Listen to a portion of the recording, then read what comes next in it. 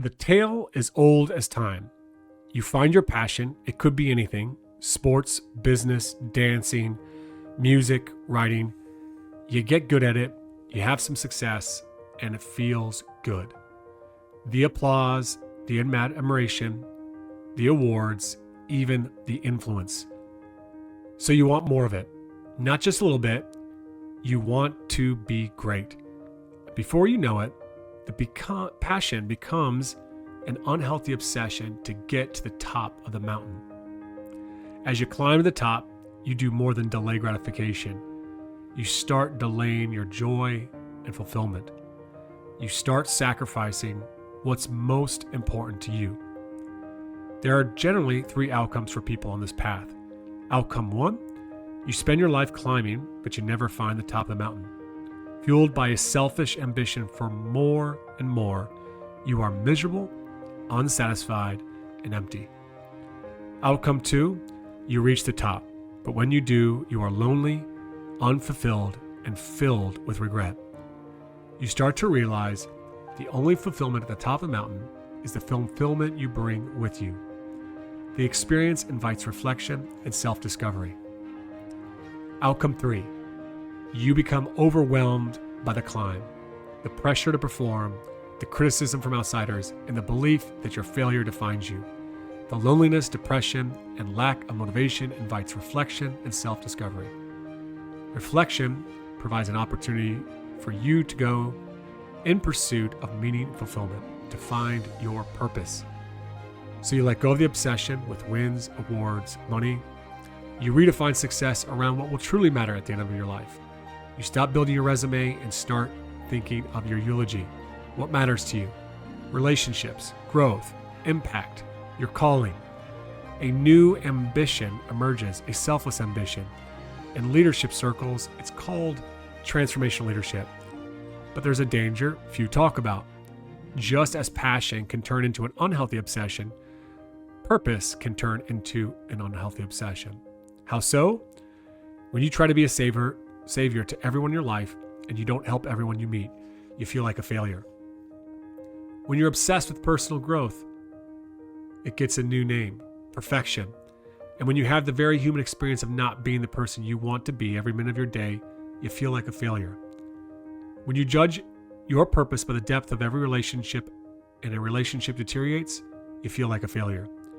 When you measure your significance by the number of lives you touch, you feel like a failure when you compare yourself to others. All of these things can lead you to feel disconnected from your purpose, to question your self-worth. Significance over success came at the right time for me. In my enthusiasm to live a meaningful and purposeful life, I started to lose sight of the thing that is most significant: love. Above all else, we are called to love the person in front of you, from the person making your coffee to the athlete who can't seem to figure out how to show up on time, to the family member who will always call you at the most inconvenient times. You are called to love the sick child who throws off your perfectly planned day of purposeful work, or the spouse who calls in the middle of your day needing a favor. Choosing significance over success is not a life-altering choice. It's not a daily choice. It's a mindful choice. Significance is not measured by how many people attend your funeral or the number of people who say you changed their life for the better. There is no measuring stick for significance, only a compass. Justin Simpkins and Sowden have given us more than a book. They've given us more than inspiration to throw out the measuring stick. They've given us a compass to pursue significance. Regardless of who you are and where you are in your journey, this book will help you calibrate your compass as you pursue significance over success. That was the foreword that I wrote to Justin Simpkins and Sowden's book, Significance Over Success. I was honored and grateful to write it, as the book is a beautiful collection of stories, of lessons around coaches and leaders who are working hard to pursue significance, impact, and love in the lives of the people they lead. And that is not easy in today's world. In the second part of our conversation with the entrepreneur, owner, and founder of Prairie Hockey Academy, Justin, he's going to share with us the signs that we can look for when we're pursuing the wrong things. And he's going to use himself as an example at the beginning, actually, talking candidly about a season in his life where he stopped growing he chased comfort, and he watched anxiety move into his life. If you haven't listened to part 1, be sure to do so. Also, pick up Justin and Shane's book, Significance Over Success. It's a fantastic read, in season or out of season. Honestly, I think it's a really great book in helping to set your heart posture right. It's one of those types of books that I actually really enjoy reading more in season. However, it may be the thing that you need this off season as well. Welcome back to the Coaching Culture Podcast, the podcast to help you become a better coach, become a better leader, and build a better culture. To join our online community today, go over to tocculture.com, where you can access our online courses, certifications, live trainings, and just have conversations with other coaches out there that just are on this journey with the same journey that you're on. You can also subscribe to the Team Culture Toolbox. That's our weekly newsletter where we send out the notes to this in every episode of the podcast, with also some really cool action items, some call to actions that can help you to implement the ideas that were discussed. There was a podcast I was listening to the other day with Sia Kolisi, who's the captain of the South African rugby team. Prior to winning the World Cup in 2019, he actually sat down with his wife and said, if we win this, what do we want to do with this? And what he meant by that is we're going to have a platform, not one that is our platform. It's been given to us. And how are we going to actually change the world? Because all of a sudden we're going to be, it's going to be big. And so they wrote down all the things they wanted to do to help poverty and violence and all those types of situations that were happening in their country. And they started to build the vision for a foundation, and that they then started after the World Cup, I believe. So it's kind of just makes me think about, you've got most people might think, Justin's doing this full time. No, like you're the owner of Prairie Hockey Academy, but you've been a COO, CEO, you've been running multiple businesses over the last few years. And then you started a podcast and then most recently wrote a book. It's just more why. Like, why are you, before we even get into the book and the podcast, just like, why? Why would you start that? Yeah. We started the podcast because I thought what you were doing looked really fun, and you got to talk to some really cool people. So you and Nate, and I was like, man, I have to pay really cool people if I want to talk to them. So this could be a really neat way to interview and just continue my growth journey. And so we started the podcast, and it's called Grit and Growth. And we've shot over 100 episodes. We're probably 90 episodes into releasing on them. And we just use the Grit and Growth podcast to have conversations about sport and life and faith with individuals who are pursuing excellence in whatever given field they're in. And oftentimes it might center around, athletics or around student athletes and how do you support them, for parents and stuff, and some information there. And other times it's a little bit more faith-based or a little bit more leadership driven, but I don't know. It's been a really fun endeavor just to do with a good friend, Shane Sowden, and also to learn. I mean, I take pages of notes every podcast just because I feel like I'm taking so much from it. So the podcast then leads to the book. Like you said you recorded, 100 episodes. You put all the time and effort into getting the book out there, writing the book.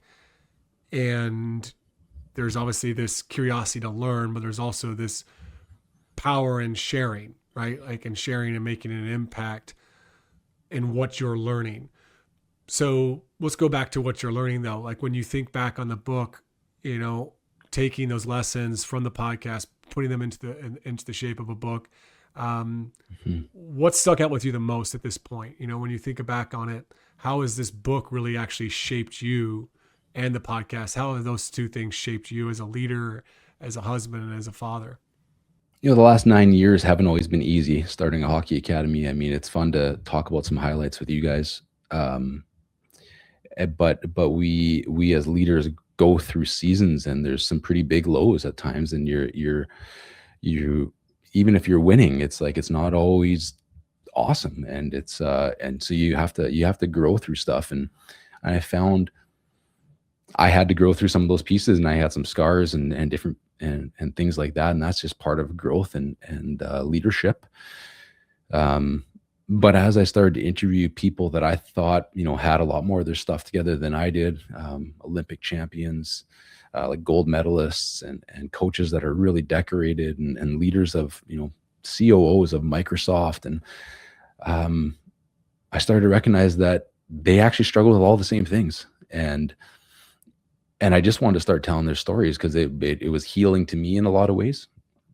And I thought, how do I take this medium? Because not everybody listens to the podcast, and how do we convert it into, more of a written format that maybe is a little bit more bite-sized, and we can pull some highlights, and that's why we wrote the book. So what is it, from that, I think, it's helped me to show up more often, recognizing that I'm not alone, recognizing that my wife's actually probably struggling with some of the same things that I've struggled with. So it's allowed me to start to get a little bit more curious and to be a better friend to her and to ask her questions and to figure out how I can support her. It's allowed me to recognize that my kids are going to go through these pieces too. And so what am I doing to make myself available? Justin, why grit and growth? You could have chosen a lot of different words to, use the title for your podcast. What is it about those two words that really spoke to you and Shane? Grit meant something to me originally already. At Prairie Hockey Academy, we actually use the values grit, GRIT, and we talk about, grit, the G being grace, but grace first for yourself, so then you can have it for others. We talk about respect and just respect for everybody at all times. We talk about is the integrity piece of it, and just, doing what you say you're going to do. And then the T is just tough. It's toughness. Sometimes it sucks. It's painful, and we gotta be tough, and we gotta get through it. And so that's grit. And some of the values that we talk about a lot, it's not just, letters on a wall for us at the Academy.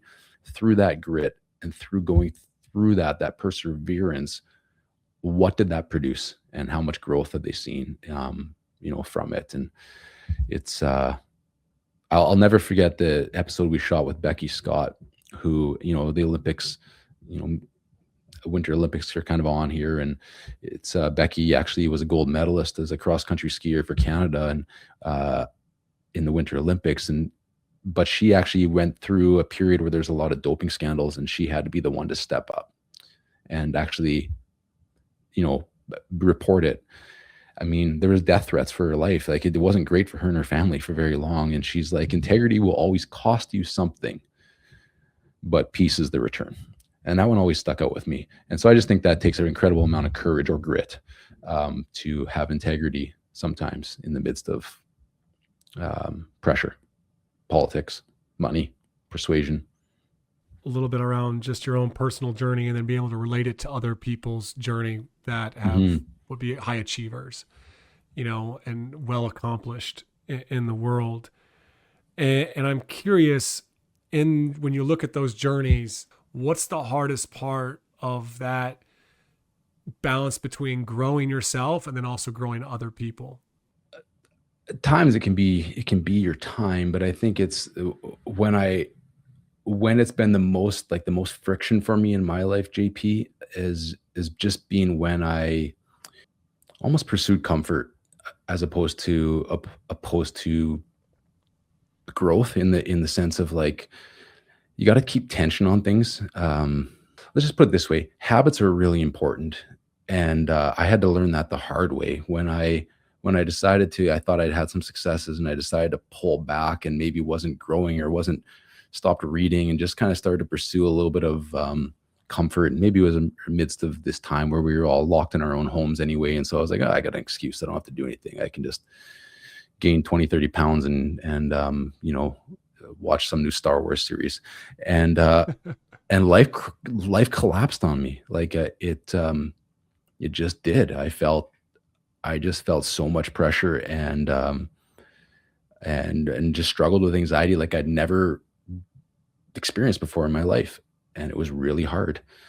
And I think as I reflect on that, I lost track of my habits and my why and why I was doing things. And I was pursuing this life of like comfort and just like hanging around and having, there's no tension, and I wasn't dealing with people or things or lifting heavy weights even, or different pieces like that.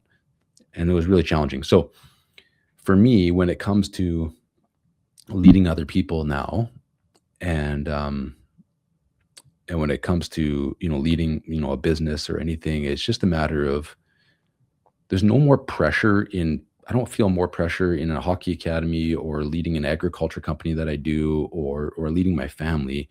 I don't think pressure comes from different professions for me. I think it just comes from when I don't have my habits right, and when I'm not looking after myself first.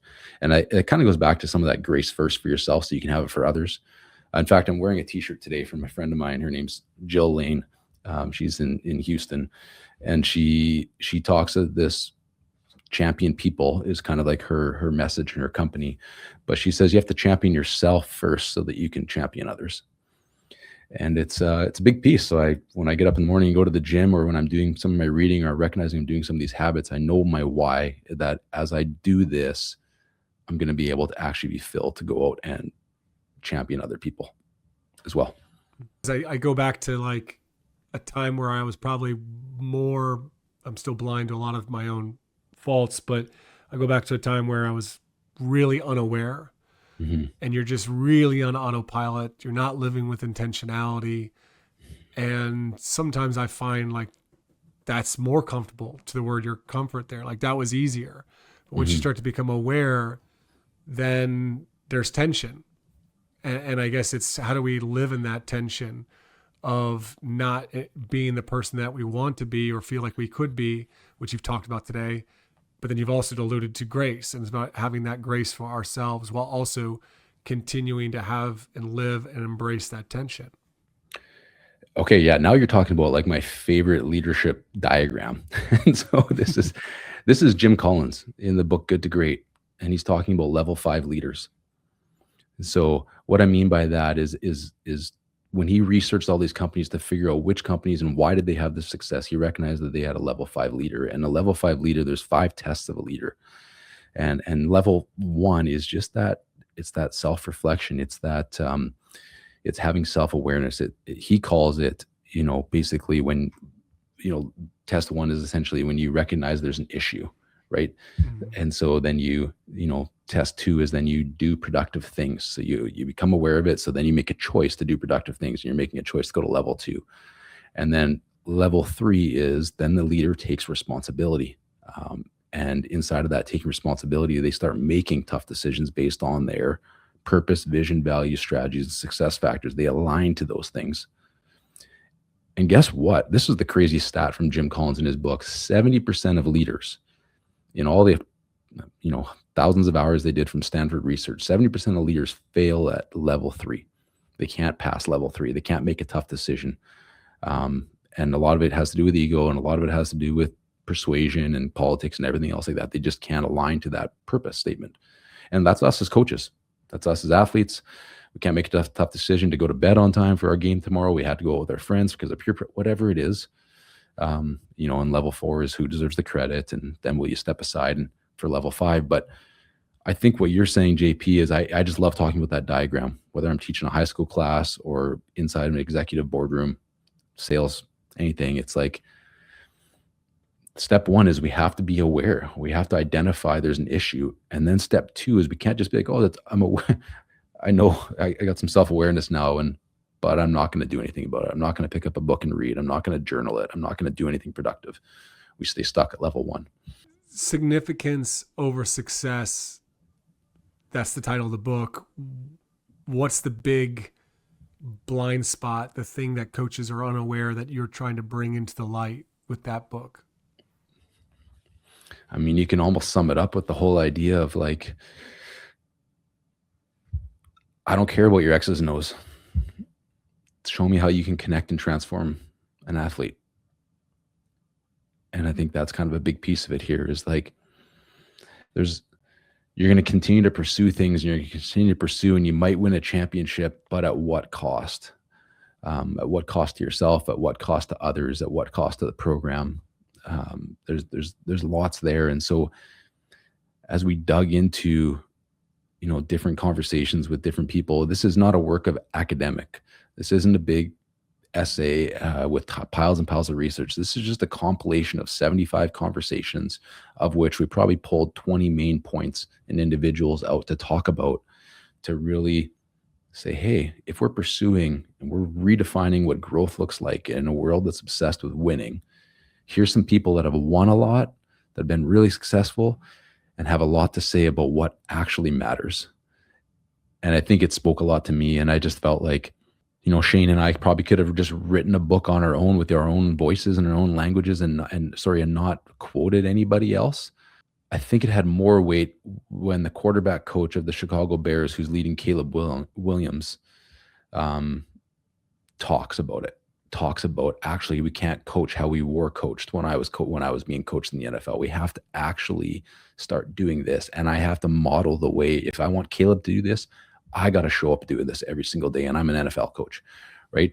And so it's like when they started to say these things, I felt like it had more weight to it.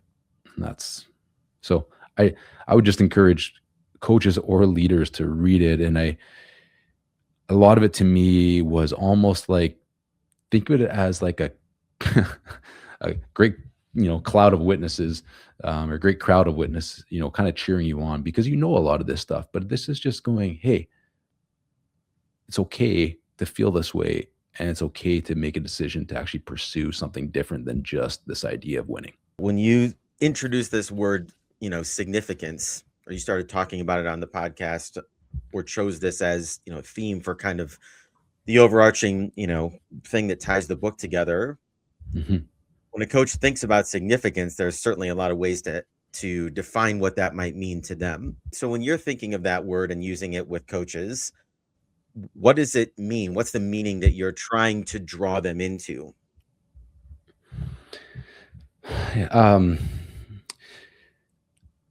What, Shane and I were actually kind of searching this up a little bit when we were working on this title and just this idea. And it was actually, we had a guest that came on as a basketball coach, and he talked about this idea of significance over success. And it just kind of lit up to us in so many ways. But as we started to research a little bit, there's like this Latin word of significare that kind of came out of it. And we were just like, man, how awesome is that? Of like this idea that as leaders, if we just actually had this idea of like significare, like that we just cared so much for the people in our care, like under our care, that would be significant enough for us, that it wouldn't be about the championship of the success, but the care that we gave to these people. And so that was that word, almost like for us, when we were like kind of just doing some research on it, was enough for us to get pretty excited about that side of it. Right now I get the opportunity to coach U7 ice hockey and U11 girls fastball and U9 girls fastball. And it is so rewarding to see young girls, like just the excitement they have when the first time they hit a ball, or that they got a grounder and picked it up and they got it to first base. And I just think like, just to see that grow for me is significant, right? Because I just know that it's developing their self-worth and their confidence, and they're just showing up every day and having fun. And so I don't know if that answer is really Nate for me, but it's just a culmination of all of that these moments and these core values and integrity and showing up with humility, that they're really significant, and that they're going to make an impact in people's life a lot more than, I have no idea. I didn't watch the Super Bowl either. Sorry, Nate, I know you're a Pats fan, but I didn't watch it. I don't know who won the NCAA March Madness in 2025, nor do I know who's going to win in 26. But I do know when I've had a coach that made me feel cared for. I remember that. Significance is so much more about presence and being and experiencing with your athletes and maybe even doing. And I think, maybe we want to try to measure every athlete, want to change their life, want to build a life champion. And yet it probably starts with just being with them and experiencing and just caring for them. Yeah, JP, I remember a few years ago, we had we had an athlete who was caught vaping. The vape liquids that seem to be a thing in our culture these days, and he was caught vaping. And I just remember our coach just kind of just met with him, just sat with him, just to be curious about what's going on. And this athlete was pretty scared that he was going to get in a lot of trouble. He was pretty scared that his dad was going to be really upset at him. And he was just kind of shocked that the coach would just sit and just be with him and just care for him in that moment. And I look back at a story like that and how that kind of changed that young man's trajectory and a bit of like how he showed up the rest of the year. And I think that's significant. I think that moment was significant for him.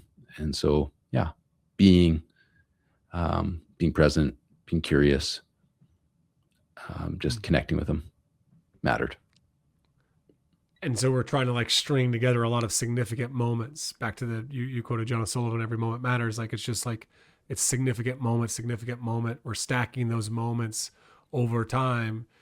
And then through that, we're creating the conditions for good things to happen in the lives of our athletes. That's right. Yeah.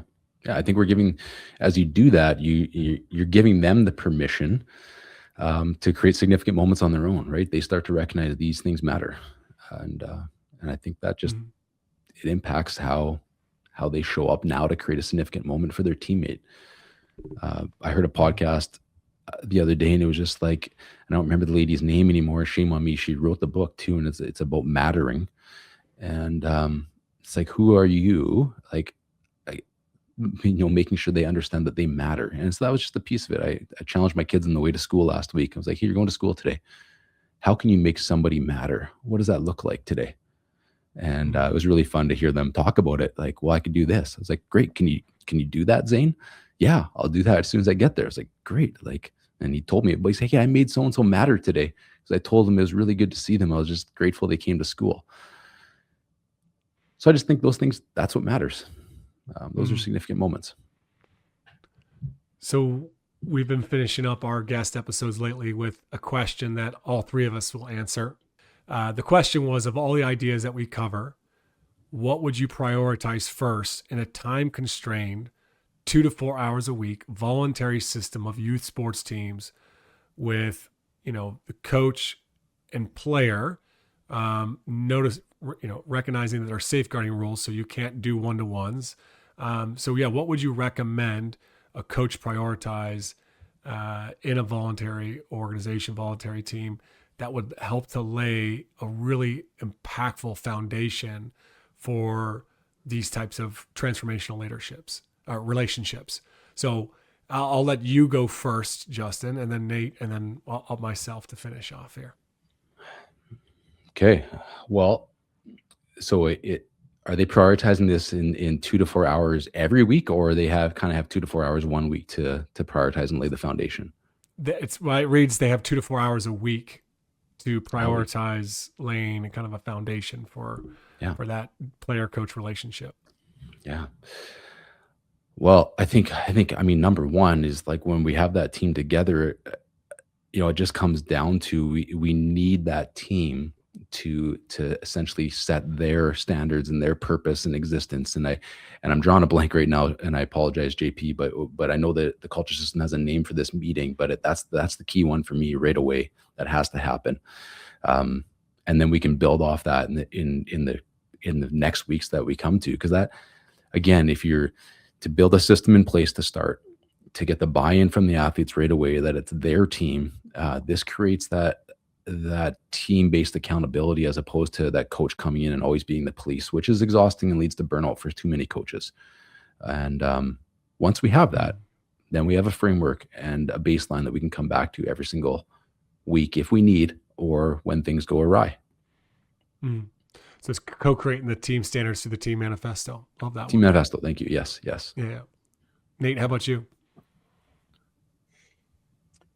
Yeah, JP, I think for a youth program, the way I read that question, that they have 2 to 4 hours with their team in a week. So not necessarily just for, the culture stuff.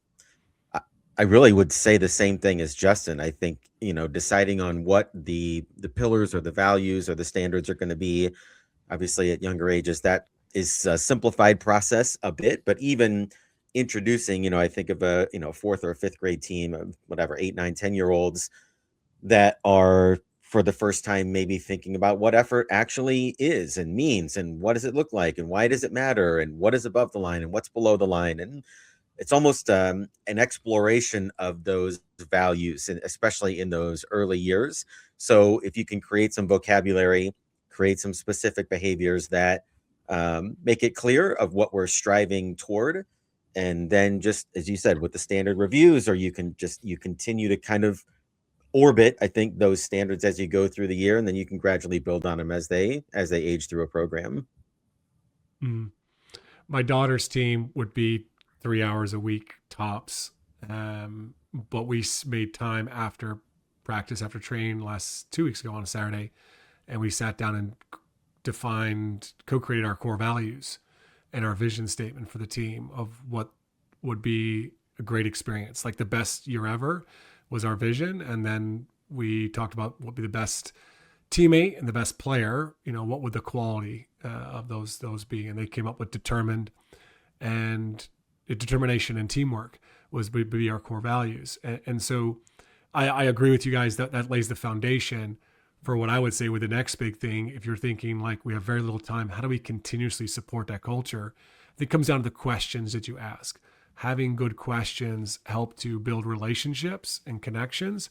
They also help to operationalize your values and get clear on those behaviors. So like last practice is like, what does it look like to be really like, what does determination look like in today's practice? What does that look like in this drill, right? Or it's questions around, getting to know them. It's in those, as a player walks in, it's asking questions to get to know them better, giving them questions to ask each other to get to know each other better. So my second tip would be just making sure that we're really intentional with the questions we're asking rather than the speeches we're given. So, this was great, Justin, to have you on here. It's been long overdue, and it's just made a lot of sense at this point in your journey to come on here and share your heart, what you've built at PHA.